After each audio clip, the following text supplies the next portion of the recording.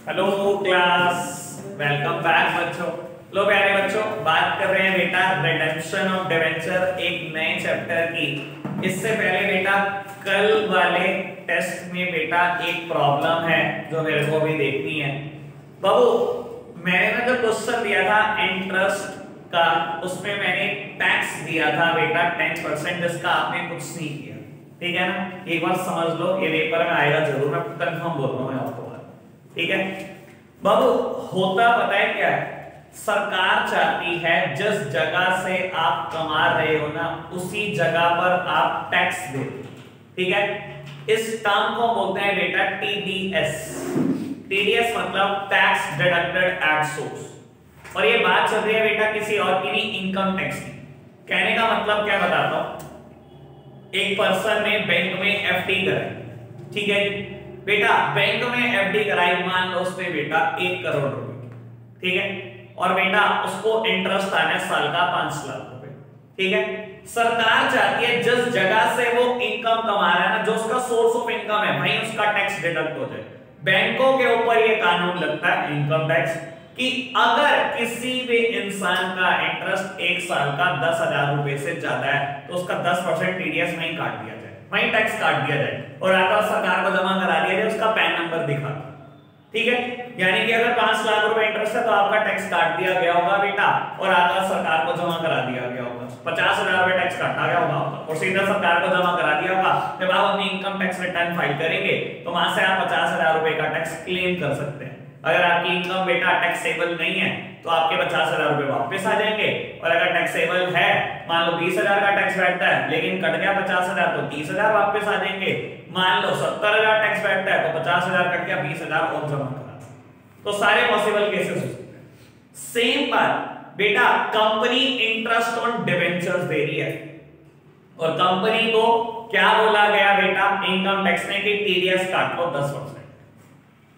मुझे टीडीएस काटने की एंट्री करनी थी और कुछ नहीं करना था। ठीक है ना, मुझे पता है आपको नहीं पता बेटा। टीडीएस का मतलब क्या है, टैक्स डिडक्टेड एट सोर्स। जिस सोर्स पे इनकम जनरेट हुई वही टैक्स काट लिया जाए। ठीक है जी, अब बताता हूं बेटा, एंट्री कुछ मुश्किल नहीं है, जो आप कर चुके हो वही करा है बेटा मैंने। 30 सितंबर आपने इंटरेस्ट दिया था बेटा। इंटरेस्ट की एंट्री क्या होती है, interest on debentures account debit to debenture holder. यही करी थी ना एंट्री बेटा, यही सीखी थी ना अभी तक एंट्री। बाबू 25,000 रुपए इंटरेस्ट था मेरे क्वेश्चन में, तो 25,000 रुपए इंटरेस्ट था। मुझे बेटा डिवेंचर होल्डर को देने हैं 25,000। अगर मैंने कुछ ना कहा होता तो आपने बेटा ये एंट्री की होती। ठीक है ना, क्योंकि बेटा मैंने कहा था आप टीडीएस काट लो, तो बेटा आपको 10% टीडीएस काटना था टू टीडीएस पेबल अकाउंट। आपको पता होना चाहिए, मैं टू साइड लिख रहा हूं, मैं कुछ और नहीं कर रहा बेटा। क्या कर रहा हूं, अपनी लायबिलिटी क्रिएट कर रहा हूं कि मुझे देना है सरकार को। कितना देना है बेटा, 10%। इसका 10% 2500 रुपए टैक्स काटना है, यानी कि बेटा डिवेंचर होल्डर को कितना दे देना है, 22,500 दे देना। और अगली एंट्री बेटा मैं यही करता था ना, debenture holder to bank, debenture holder account debit to bank account, यही करता था ना बेटा एंट्री 22,500 रुपए से। बाबू ये तो करनी ही करनी है, हाथ तो आप सरकार को टैक्स भी दे दो बेटा। TDS payable account debit, TDS payable account debit to bank account, हाथों हाथ बेटा सरकार को मैं टैक्स भी दे दूंगा 2500 रुपए का। और ऐसी एंट्री बेटा मुझे सेम 31 मार्च को करनी। समझ आई बात, कोई दिक्कत तो नहीं। पहले मैंने अपनी लायबिलिटी क्रिएट करी बेटा, क्योंकि मैंने टीडीएस का रेट 10% दिया था, और हाथों हाथ बेटा मैंने सरकार को पे भी कर दिया। ठीक है, आने में लिखा था टीएसडी। ठीक है ना, तूने मेरे को भेजा तो था कैश में टैक्स की भी होगी, मैंने कहा होगी, लेकिन क्या फायदा हुआ, तो रट लेती है हर चीज को। टीएसडी ये क्या होता है बाबू, समझ आई बात, क्लियर है। सब यही एक बात नहीं थी, बाकी सब पुरानी है। इसके अलावा आपको लगता है कुछ और प्रॉब्लम है तो पूछ कल के टेस्ट में, नहीं तो बढ़ाऊं बात को आगे। रिडेम्पशन की बात कर बाबू, एक बात सुन ले, रिडेम्पशन समझाने में ना मुझे पूरे 45 मिनट्स लग जाएंगे। ठीक है, ऐसा हो सकता है आज एक भी क्वेश्चन शुरू ना, और ऐसा हो सकता है कि एक क्वेश्चन करा दी, ठीक है। ये समझ लेना, अगर आज का लेक्चर समझ में आ गया तो रिडम्पशन पूरा खत्म हो, क्योंकि रिडम्पशन में एक ही कंसेप्ट है बेटा, बस क्वेश्चन है 15-16 हमारे करने में तो 3-4 दिन लगाएंगे, लेकिन कंसेप्चुअली आज खत्म हो जाएगा चैप्टर, आज ही शुरू होगा और आज ही खत्म हो जाएगा, ठीक है जी। चलो स्टार्ट करते हैं बेटा।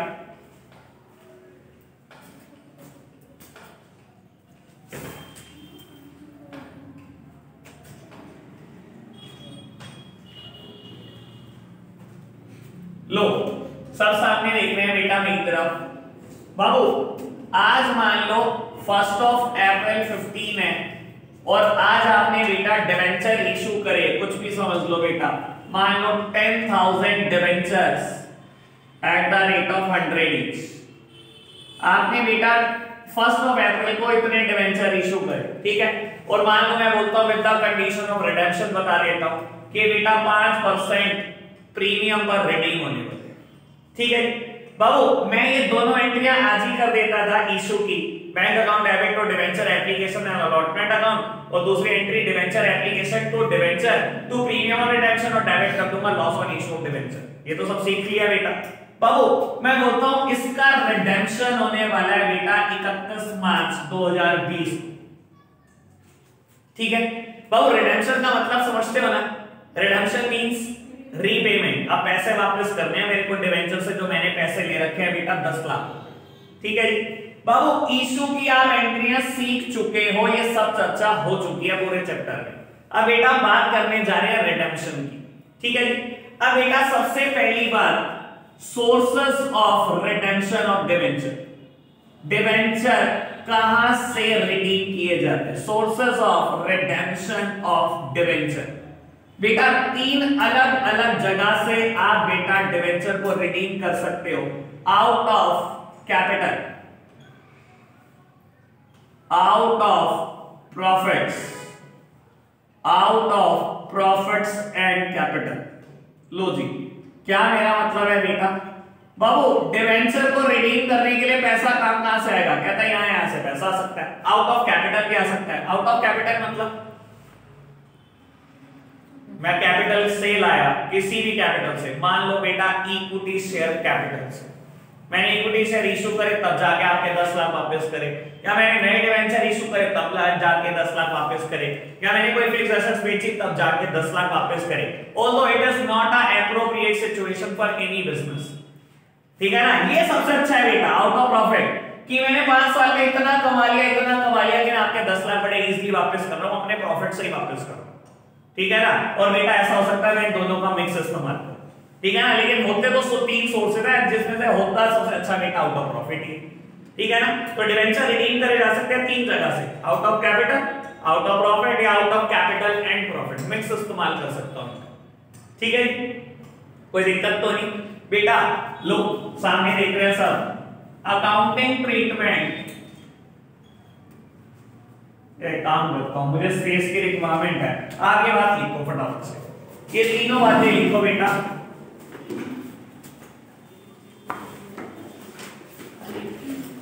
जल्दी से लिखना है तीनों बातें।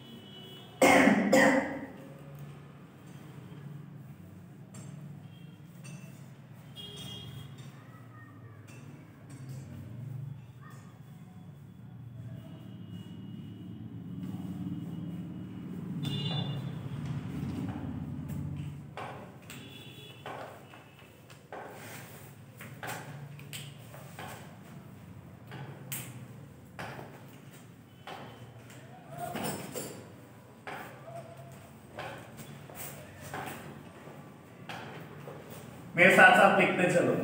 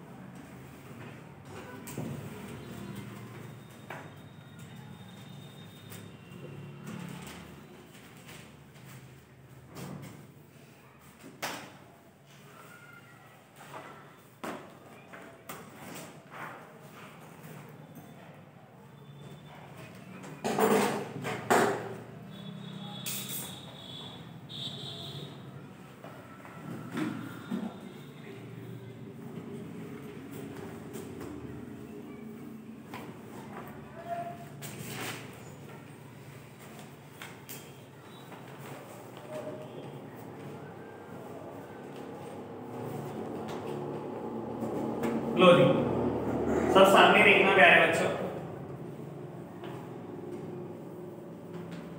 बाबू अब ये काम की बात है, मुझे अकाउंटिंग ट्रीटमेंट सिखाना है रिडेम्पशन ऑफ डिबेंचर का। और ये अकाउंटिंग ट्रीटमेंट ये हमारी मर्जी नहीं है कि पहले ये एंट्री नहीं करी तो ये कर दी, जब सैलरी भी पे करी है वेजेस भी पे करी, जब पहले वेजेस की एंट्री कर दे फिर सैलरी की कर दे, वहां हमारी मर्जी होती है बेटा। यहाँ कानून ने ही सब कुछ बताया तो बेटा सब कुछ कानून के हिसाब से चलेगा। कंपनीज एक्ट ने बताया कि जब आप रिडेम्पशन करोगे तो कुछ चीजें स्पेसिफिक है और ऐसे ही करनी है, और एज वेल एज बेटा सेबी की भी गाइडलाइंस है इन चीजों को लेकर, ठीक है जी। तो बेटा यहाँ पर रिलैक्सेशन में नहीं आप चल सकते, यहाँ जैसे एंट्री का सीक्वेंस है बिल्कुल वैसे ही चलना है। सबसे पहले नंबर पे बेटा एंट्री क्या होती है, creation of debenture redemption reserve. एक दिन याद होगा बेटा जब रिजर्व्स एंड सरप्लस के आइटम्स याद करा रहा था तो डीआरआर आया था ना, DRR, CRR, debenture redemption reserve, capital redemption reserve. मैंने कहा था डीआरआर की बात जरूर आएगी, सीआरआर की तो नहीं आएगी। CRR redemption of preference share पे बनाया जाता है और आपके कोर्स में रिडेम्पशन ऑफ प्रेफरेंस शेयर नहीं है, लेकिन आपके कोर्स में डिबेंचर का रिडेम्पशन है। तो मैंने कहा था कि सेकंड जब कराऊंगा जरूर थर्ड बुक तो आएगा जरूर एक बार, ठीक है जी बेटा। तो आ जा रहा है आपके सामने। तो बेटा मेरे को डीआरआर क्रिएट करना है, डीआरआर कैसे क्रिएट किया जाएगा, कितना क्रिएट किया जाएगा ये समझो बेटा। मुझे डीआरआर क्रिएट करना है सीक्वेंस है, स्पेसिफाइड सीक्वेंस। सबसे पहले बेटा जनरल रिजर्व का इस्तेमाल किया जा सकता है डीआरआर क्रिएट करने के लिए।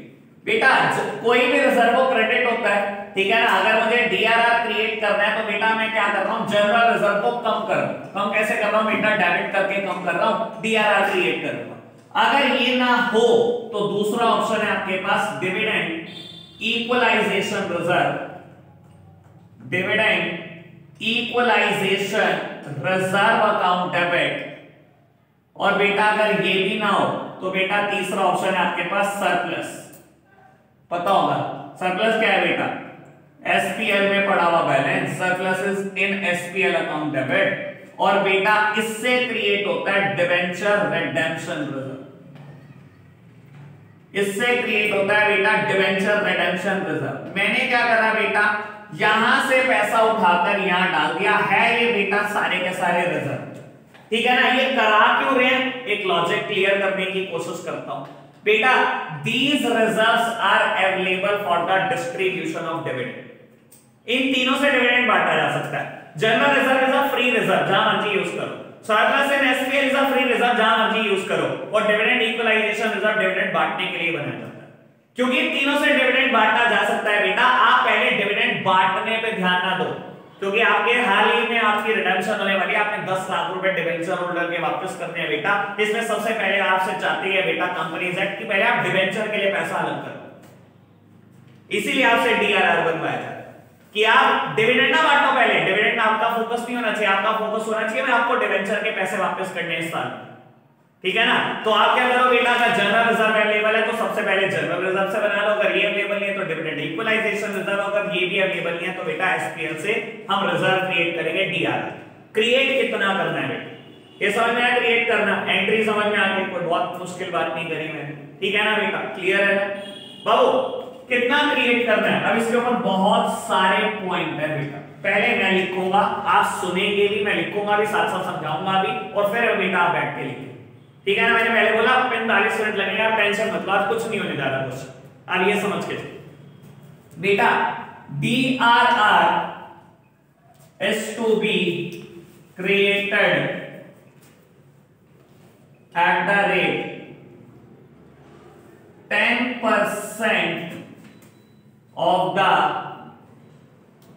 face value of the debentures to be redeemed by the unlisted companies,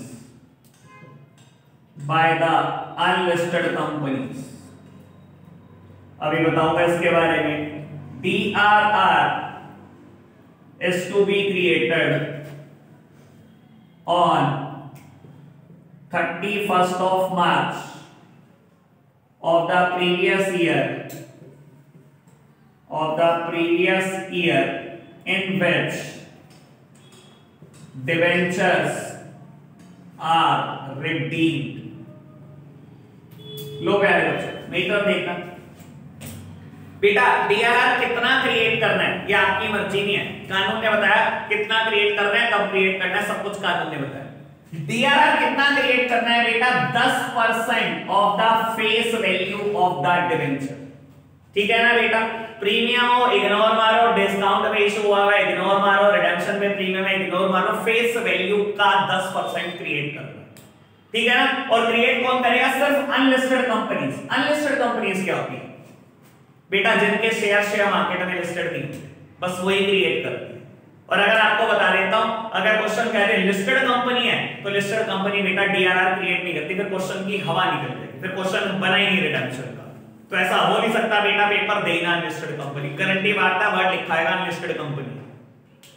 unlisted company क्या करती है बेटा? फेस वैल्यू का 10% डीआरआर क्रिएट करती हैं। और ये क्रिएट कब करना है बेटा? जिस साल में आपके डिवेंचर रिडीम हो रहे हैं उससे पिछली 31 मार्च।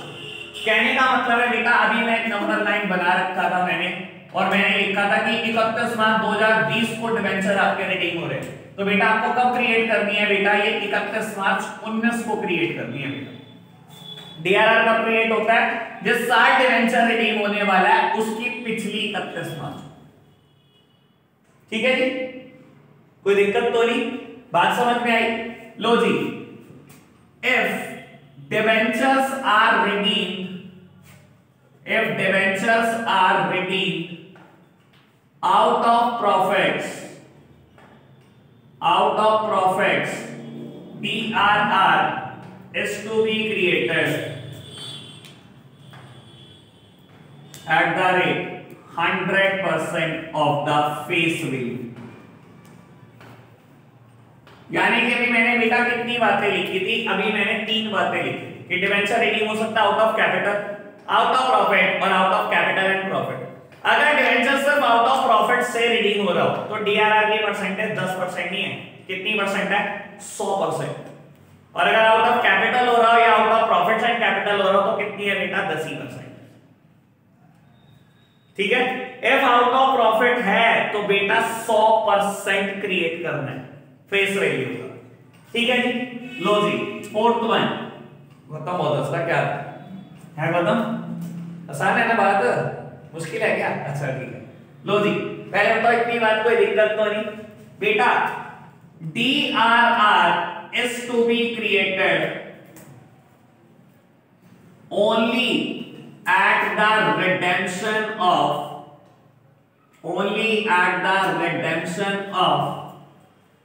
non-convertible debentures। non-convertible debentures। लो प्यारे बच्चों, सर नॉन कन्वर्टेबल डिवेंचर्स पता है ना? 2 तरीके के डिवेंचर्स इशू हो सकते हैं बेटा, एक कन्वर्टेबल एक नॉन कन्वर्टेबल। नॉन कन्वर्टेबल क्या होता है? किसी में कन्वर्ट नहीं होंगे। आपने डिवेंचर इशू करे, अपॉन रिडेम्पशन पैसा ही देना है वापस, ऐसे डिवेंचर होते हैं नॉन कन्वर्टेबल। और कन्वर्टेबल डिवेंचर क्या होते हैं? मैंने डिवेंचर इशू करे, अपॉन रिडेम्पशन मैं उसको ऑप्शन दूंगा कि तूने डिवेंचर्स के पैसे लेने हैं पैसे ले जा वापस, और पैसे नहीं लेने तो इक्वल अमाउंट के इक्विटी शेयर भी ले सकता है मुझसे वापस। ऐसे डिवेंचर होते हैं convertible, which is to be convertible into equity share, जो इक्विटी शेयर में कन्वर्ट होने वाले उन्हें बोलते हैं कन्वर्टेबल डिवेंचर्स। कोई दिक्कत तो नहीं? कोई परेशानी तो नहीं? तो यार डीआरआर क्यों क्रिएट करना है, कब क्रिएट करना है बेटा? 10% क्रिएट करना है, पिछली 31 मार्च को क्रिएट करना है। अगर आउट ऑफ प्रॉफिट है तो 100% क्रिएट करना है, और सिर्फ नॉन कन्वर्टेबल डिवेंचर्स में क्रिएट करना है, कन्वर्टेबल में कभी क्रिएट नहीं होगा। बाबू कुछ कंपनियां हैं जो डीआरआर से एक्सेप्टेड है। Some companies are exempted from DRR। कुछ कंपनियां बेटा जो exempted है DRR से, जिनको DRR बनाने की जरूरत नहीं होती। कौन कौन? Banking company, all India financial institution regulated by RBI या NBFCs। लो प्यारे बच्चों, बाबू इनको कभी डीआरआर नहीं बनाना। देखो बेटा, आपको पता तो लग गया होगा लॉजिक डीआरआर बनवाने का। बाबू कंपनीज एक्ट कभी नहीं चाहता बेटा कि आप कभी फेल हो जाओ डिवेंचर की पेमेंट में, इसी वजह से वो चाह रहा है बेटा डीआरआर बनाओ, कुछ पैसे पहले से ही अलग निकाल के रखो अपने प्रॉफिट्स में से, ताकि आप बेटा उनकी रीपेमेंट कर पाओ। बाबू इनको बता रहे हो क्या रीपेमेंट करना, जिनके खजाने पहले से भरे हुए, बैंक को पैसा अलग रखने की जरूरत है? ऑल इंडिया फाइनेंशियल इंस्टीट्यूशन जिनके ऊपर पापा का आशीर्वाद है, आरबीआई का, उसे आप ये बता रहे हो बेटा कि पैसे अलग रखने हैं, ठीक है ना? या एनबीएफसीज क्या होती है? नॉन बैंकिंग फाइनेंस कंपनी, जो लोन देती है बेटा पर बैंक नहीं है, जैसे कि एलआईसी हाउसिंग की बात कर लो, इंडिया बुल्स, आधार, शुभम, मैं बहुत सारी ऑर्गेनाइजेशन की बात करता हूं जब एग्जांपल देता हूं। सर बेटा तीनों के तीनों कहीं ना कहीं से बैंक आएंगे, और बेटा बैंक को तो नहीं बता सकते ना कि आपने पैसे देने हैं, आपको इतने पैसे की जरूरत है, पैसे अलग कर लो, उनके पास खजाने हैं, तो बेटा उनको कभी डीआरआर बनाने की जरूरत नहीं। इन तीनों के ऊपर वैसे भी बेटा पापा का आशीर्वाद है, आरबीआई, ठीक है ना? तो ये कभी फेल नहीं हो सकते बेटा डिवेंचर की रीपेमेंट में। फेल आम कंपनी हो सकती है बेटा, इसीलिए उसके लिए सारी रेगुलेशन बनाई जा रही है। क्लियर है बात? जितनी मैंने बोली सब समझ में आई, फटाफट से नोट डाउन करो। अब बहुत सारी बातें रहती हैं, अभी मैंने आप पॉइंट डाल दिया एक, अभी 5 बातें कर दी, एक हुई, लेकिन 4 आसान है, ये समझ में आनी चाहिए बस।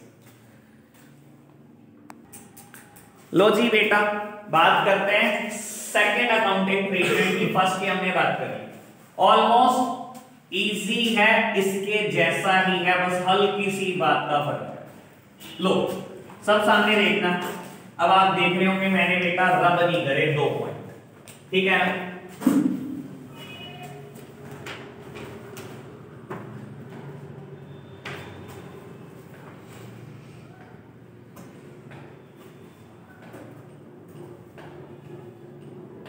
इन्वेस्टमेंट इन डिबेंचर रिडेम्पशन इन्वेस्टमेंट। बेटा अब आपको लॉ कहता है थोड़ी सी इन्वेस्टमेंट कर लो डीआरआई में, प्यार से डीआरआई बोलेंगे लेकिन लिखना पेपर में पूरा ही है, ऐसे ही मैं डीआरआर बोलूंगा, पेपर में लिखना पूरा। लॉ कहेगा थोड़े से पैसे और अलग निकाल के रख दो। कितने अलग निकाल के रख दो? अच्छा जब मैं इन्वेस्टमेंट करूंगा मैं एंट्री क्या करूंगा? मान लो मैंने इन्वेस्टमेंट करी है, छोड़ दो डीआरआई, आप एंट्री क्या करते हैं? जब कोई भी इन्वेस्टमेंट खरीदते हो एंट्री क्या करोगे? Investment account debit to bank, पैसा चला जाएगा, इन्वेस्टमेंट आ जाएगी, यही करोगे ना? वही एंट्री कर रहा हूं। DRI account debit, debenture redemption investment account debit to bank account, यही कर रहा हूं एंट्री। मैं कोई अनोखी एंट्री नहीं कर, ये होगी जनरल एंट्री इन्वेस्टमेंट करने की। बाबू जनरली बता देता हूं, ऑल्दो खैर ये हमारे कोर्स का पार्ट नहीं है कि डीआरआई कहां होनी चाहिए। बेटा बड़ी सेफ जगह पे कराते हैं, आपको ये नहीं कहते इन्वेस्टमेंट शेयर मार्केट में कर दो, पता लगे जब तक रिडेम्पशन होने की डेट है तब तक आपके पैसे सारे बर्बाद हो चुके हो। आपको कहा जाता है गवर्नमेंट सिक्योरिटीज खरीद लो, गवर्नमेंट बॉन्ड खरीद लो, बैंक में एफडी करा दो, ये बिल्कुल सेफ जगह है जहां से पैसा कभी डूबेगा नहीं बेटा। आपको डीआरआई हमेशा ऐसी जगह पर करनी होती है, जब भी करोगे बेटा, चाहे बैंक एफडी कराइयो, ये ना लिखना bank FD account debit to bank, चाहे गवर्नमेंट बॉन्ड खरीदे हो, वर्ड ये लिखना debenture redemption investment account debit to bank account, ठीक है जी? कितनी करनी है? DRI is to be created at the rate 15% of the face value of the debentures to be redeemed। और इसमें बेटा कोई भी कंपनी, चाहे आप लिस्टेड कंपनी हो, मैंने अभी बोला था कि लिस्टेड कंपनी में भी आएगा कानून आ, चाहे आप लिस्टेड कंपनी हो चाहे आप अनलिस्टेड कंपनी हो, बेटा आपको डीआरआई तो खरीदनी है 15%, जितने डिबेंचर रिडीम कर रहे हो फेस वैल्यू का 15%, ठीक है जी? और ये खरीदनी कब है? लॉ ने डेट भी बताई हुई है बेटा, DRI is to be created on, बल्कि DRI is to be created from 1st of April to 30th April of the year in which debentures are redeemed। जिस साल डिबेंचर रिडीम हो रहे हैं उस साल में 1 से 30 अप्रैल के बीच में कभी भी खरीद। कहने का क्या मतलब है बेटा? यही नंबर लाइन, मेरे डिबेंचर रिडीम हो रहे हैं 31 मार्च 20 को, मेरा साल क्या है बेटा? 1 अप्रैल से स्टार्ट हो गया, 1 अप्रैल से लेकर 30 अप्रैल 2019 तक कभी भी कर लो डीआरआई में 15% इन्वेस्टमेंट कर, ठीक है ना बेटा? डीआरआर कब क्रिएट करना होता है? पिछले साल के 31 मार्च को, और डीआरआई 1 अप्रैल से लेकर उसी साल की 1 अप्रैल से लेकर 30 अप्रैल के बीच में, और कितनी क्रिएट करनी है 15% कंपनी को ही। बात समझ में आ गई? दिक्कत तो नहीं, परेशानी तो नहीं। लो तीसरी बात, ये बेटा बातें सिर्फ स्टार से रिलेटेड है, ये रहा स्टार और ये बातें स्टार से रिलेटेड। ठीक है जी, तीसरी बात सब सामने देख रहे। On redemption DRI sold. बेटा रिडेम्पशन पे सबसे पहला काम क्या करोगे? रिडेम्पशन डेट क्या है मेरे एग्जांपल में 31 मार्च 2020। रिडेम्पशन डेट पे क्या करोगे? सबसे पहले DRI बेच दो। ठीक है ना, ये इन्वेस्टमेंट इसलिए कराई गई ताकि आपका पैसा अलग पड़ा रहा है बेटा। और अब बाबू आज रिडेम्पशन की डेट आ गई, सबसे पहले तो इसको बेचो। बेचूंगा पैसे आएंगे, पैसे आएंगे, बैंक अकाउंट डेबिट, पैसे आ गए, इन्वेस्टमेंट खत्म हो जाएगी। तो DRI अकाउंट, काम की बात, तो इंटरेस्ट अर्न्ड अकाउंट, मैंने कुछ ना कुछ ब्याज भी तो कमा लिया होगा, चाहे गवर्नमेंट सिक्योरिटीज थी, चाहे बेटा बैंक FD थी, चाहे बेटा गवर्नमेंट बॉन्ड थे, कुछ ना कुछ ब्याज भी तो कमा लिया होगा। ठीक है ना। मान लो अगर मैंने 30 अप्रैल को ही करी थी इन्वेस्टमेंट, आज 31 मार्च को बेचूंगा तो 11 महीने का ब्याज तो कमा ही लिया होगा मैं। ठीक है जी, पक्की बात? कोई दिक्कत, कोई परेशानी अभी तक? कोई दिक्कत परेशानी तो नहीं? ये या ये 30 अप्रैल को मैंने DRI खरीद ली। ठीक है, मेरे पास डेटा है 1 से 30 अप्रैल, मैंने DRI खरीदी। इन्वेस्टमेंट खरीदते हैं बेटा, पैसा चला जाता है, पैसा चला गया DRI आ गई, मतलब बैंक FD आ गई, पैसा चला गया। ठीक है, ये बैंक FD कराई क्यों है लोगों ने? ताकि आप पैसे को कहीं और ना इस्तेमाल कर पाओ, पता लगे रिडेम्पशन पे पैसा ना हो हाथ में, इसलिए तो कराइए ये 15% FD। 10% पहले अलग रखवा लिया प्रॉफिट का, 15% की FD करा दी आपसे। अब बेटा आज रिडेम्पशन की डेट आ गई, 31 मार्च आ गई, ये FD इसलिए तो कराई थी कि रिडेम्पशन पे पैसे दे सको, तो इसको तोड़ोगे तो। लो जी हम तोड़ते हैं इसको, पैसा आएगा, पैसा आ गया। पैसा कैसे आता है? या तो कैश डेबिट या तो बैंक डेबिट। कंपनी में कोई भी काम होता नहीं नगद, तो बेटा बैंक अकाउंट डेबिट। क्या हुआ? DRI इन्वेस्टमेंट खत्म हो जाएंगे, इन्वेस्टमेंट खत्म हो गई बेटा, ब्याज तो आएगा नहीं इन्वेस्टमेंट पे, बैंक FD पे 11 महीने का, तो बेटा टू इंटरेस्ट अर्न्ड अकाउंट। कोई दिक्कत, कोई परेशानी तो नहीं? नोट करो, तो सब आखिरी बातें रह गई हैं, फटाफट से।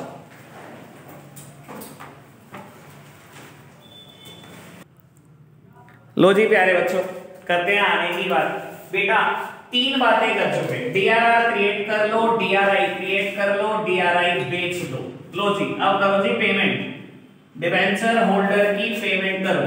लो प्यारे बच्चों, पेमेंट करने से पहले एक बार ना याद करा देता हूं, मैंने इशू की एंट्री क्या की होगी। मान लो बेटा वही मेरा एग्जांपल 1 अप्रैल 2015 है, मैंने एंट्री क्या की होगी? Bank account debit to debentures application and allotment account 10 lakh, यही करी होगी ना पहली एंट्री। दूसरी एंट्री, मान लो बेटा मैंने पहले डिसाइड किया हुआ है कि ये रिडेम्पशन ऑन प्रीमियम होना है और 5% प्रीमियम पे होना है, तो एंट्री यही करी होगी ना, debenture application and allotment account debit to debentures, ये तो 10-10 लाख से, और to premium on redemption of debenture, और बेटा डेबिट किया होगा loss on issue of debentures account. और ये कितने से किया होगा बेटा? 5% ऑफ द फेस वैल्यू, ऐसे ही किया होगा ना सर? ये तो किया ही हुआ, तो कोई मुश्किल बात नहीं। चलो जी अब आ जाओ बेटा, 4th पॉइंट लिख रहा हूं, ऑन रिडेम्पशन आप क्या करेंगे बेटा? ऑन रिडेम्पशन आप बेटा 2 एंट्री करेंगे। पहले तो डिबेंचर कैंसिल करो, आज डिबेंचर खत्म हो रहे, पैसे दे रहा हूं उनके वापस। बेटा आप डिबेंचर खत्म कर रहे हो, ये देखो बेटा डिबेंचर जब मैंने इशू करे थे, क्रेडिट करे थे, तो खत्म कैसे करूंगा बेटा? साइड बदल कर कि डिबेंचर अब आपके मैं पैसे दे रहा हूं 10 लाख, और बेटा ये प्रीमियम भी देना मत भूलना, premium on redemption of debenture account debit 50,000 to debenture holder 10,50,000। अब देखो बेटा मैंने एक नई लायबिलिटी क्रिएट कर दी, ड्यू कर दिया अमाउंट कि डिबेंचर होल्डर मैंने 10,50,000 दे, 10 लाख तो डिबेंचर के, और जो मैंने वादा किया था कि मैं प्रीमियम दूंगा मैं वो भी दे रहा हूं। नेक्स्ट एंट्री क्या करोगे? Debenture holder to bank, debenture holders account debit to bank account 10,50,000, कोई दिक्कत कोई परेशानी तो नहीं? ये तो बात समझ में आ गई होगी, बिल्कुल सिंपल बात है, ठीक है ना। ये कहीं और से नहीं बात होती, इशू से ही बात होती है। डिवेंचर इशू करे थे तो डिवेंचर क्रेडिट थे, प्रीमियम और रिडेम्पशन देना था तो लायबिलिटी क्रिएट की हुई। आज क्या करो बेटा, ये दोनों ही लायबिलिटी पे कर दो, डिवेंचर को भी करो डेबिट 10 लाख से, प्रीमियम और रिडेम्पशन को भी करो डेबिट 50 लाख से। 10 लाख एक दिन है, 50,000 एक दिन है, तो डिवेंचर होल्डर मैंने बुक कर दिया कि डिवेंचर होल्डर 10,50,000 दे रहा हूं, हाथ हाथ पे करके खत्म किया। एंड लास्ट वन बेटा, अब क्या करूंगा बाबू, रिवर्सल कर दो डीआरआर। जो आपने डीआरआर में पैसे अलग निकाल के रखे हुए थे वो भी वापस कर दो। आप एंट्री क्या करेंगे, DRR account debit to general reserve account. इसमें बेटा पैसा हमेशा जनरल रिजर्व में ही डालना, चाहे आपने पैसा कहीं से भी उठाया, चाहे पैसा मैंने डिविडेंड इक्वलाइजेशन रिजर्व से उठाया था, चाहे मैंने जनरल रिजर्व से उठाया था, चाहे मैंने सरप्लस से उठाया था पैसा, जहां से मर्जी उठाया हो बेटा पैसा, पैसा कहां जाएगा बेटा, वापसी हमेशा जनरल रिजर्व में जाएगा। वही 10% बेटा जो मैंने क्रिएट किया हो। मेरे एग्जांपल में 10 लाख का 10%, 10 लाख थी ना फेस वैल्यू, इसका 10% क्रिएट किया हुआ 1 लाख, तो 1 लाख ही बेटा दोबारा जनरल रिजर्व में क्रेडिट होता है डीआरआर का। ठीक है जी, समझ आई बात? नोट करना बस बेटा, आखिरी में कंक्लूड करूंगा कुछ, फटाफट से पहले ये नोट डाउन करो, वो पेनी हो जाएगा। लो बेटा सामने देखना, बस कंक्लूड कर रहा हूं बात। बाबू दोबारा से एग्जांपल, 1 अप्रैल 2015 को डिवेंचर इशू करें, 31 मार्च 20 को बेटा डिवेंचर रिडीम करें। ठीक है, क्वेश्चन मुझे ये कहता है बेटा सबसे पहले इशू की एंट्री डाल दोगे 2, हमेशा लमसम बताएगा आपको, कोई इंस्टॉलमेंट नहीं बताने वाला, तो 2 ही एंट्री होने वाली है, यही 2 एंट्री डाल दोगे। ऐसा हो सकता है इशू में कहते हैं यहाँ पर डिस्काउंट भी है और यहाँ पर कहते हैं बेटा एसपीआर है, कुछ भी कह सकता है, हो सकता है इशू एट डिस्काउंट हो या इशूड एट प्रीमियम हो, ठीक है ना। अगर इशूड एट डिस्काउंट है या इशूड एट प्रीमियम है, बस ध्यान रखना बेटा इसके राइट ऑफ की तीसरी एंट्री जरूर होगी, और ये कब होगी बेटा, इसी साल हो जाएगी 31 मार्च 16 को, जिस साल इशू होता है उसी साल तो बेटा खत्म कर देते हैं। तो बाबू और लॉस को या डिस्काउंट को खत्म करने का सीक्वेंस भी पता होगा, किससे किससे खत्म करेंगे, पहले SPR then capital reserve then SPL, तो 3 एंट्रियां तो इशू के टाइम पर होगी, यही खत्म। अब आ गया रिडेम्पशन का नंबर, अगर मैंने रिडेम्पशन यहां करी है बेटा, तो 31 मार्च 19 को पहले मैंने डीआरआर क्रिएट करा होगा और जनरल केस में 10% ही क्रिएट किया, ठीक है ना। 99% क्वेश्चन 10% वाले, ठीक है जी। फिर 1 से 30 अप्रैल के बीच में अगर क्वेश्चन ने कुछ कहा कि इस डेट पे डीआरआई खरीदी तो बहुत अच्छी बात, नहीं कहा तो क्या किस पे खरीदोगे, 30 अप्रैल को ही खरीदोगे, खुद ही बनाओ। तो हमने डीआरआई खरीदी बेटा, डीआरआई टू बैंक, ठीक है ना। फिर 31 मार्च को डीआरआई बेच दी, bank account debit to DRI to interest earn account, ठीक है ना। और हाथ हाथ बेटा डिवेंचर होल्डर की पेमेंट करनी है, एंट्री करी होगी डिवेंचर अकाउंट डेबिट, प्रीमियम और redemption account debit to debenture holder और डिवेंचर होल्डर टू बैंक, इनकी पेमेंट होगी। और हाथों हाथ बेटा डीआरआर भी खत्म करो, डीआरआर तो जनरल रिजर्व खत्म, बस यही सब कुछ है। कैसे जैसे भी क्वेश्चन है ना, पहले नंबर लाइन बनाना है ताकि आपको पता हो मेरे को कब क्या करना है, और नंबर लाइन से ना बिल्कुल क्लियर रहता है, पहले इशू की एंट्री करनी है, यहीं पर 31 मार्च 16 को राइट ऑफ की भी एंट्री करनी है, फिर मुझे डीआरआर कब क्रिएट करना है, डीआरआई कब क्रिएट करना है, कब डीआरआई बेचना है, कब बेटा डिवेंचर की पेमेंट होनी है, कब डीआरआर वापस करना है। सर नंबर लाइन बनाकर चलना हर क्वेश्चन में, मैं नहीं मानता कोई दिक्कत रहेगी। आप ये बनाओगे तो सीक्वेंस बिल्कुल माइंड में रहेगा, और एंट्रियां यही हैं, आखिरी तक यही है। 16 क्वेश्चन है, 16 के 16 क्वेश्चन में यही एंट्री, ठीक है ना। एक दिन में 4 क्वेश्चन करेंगे, 4 दिन में खत्म कर देंगे, ठीक है जी। आज के लिए हम इतना ही रखते हैं बेटा, बाय बाय।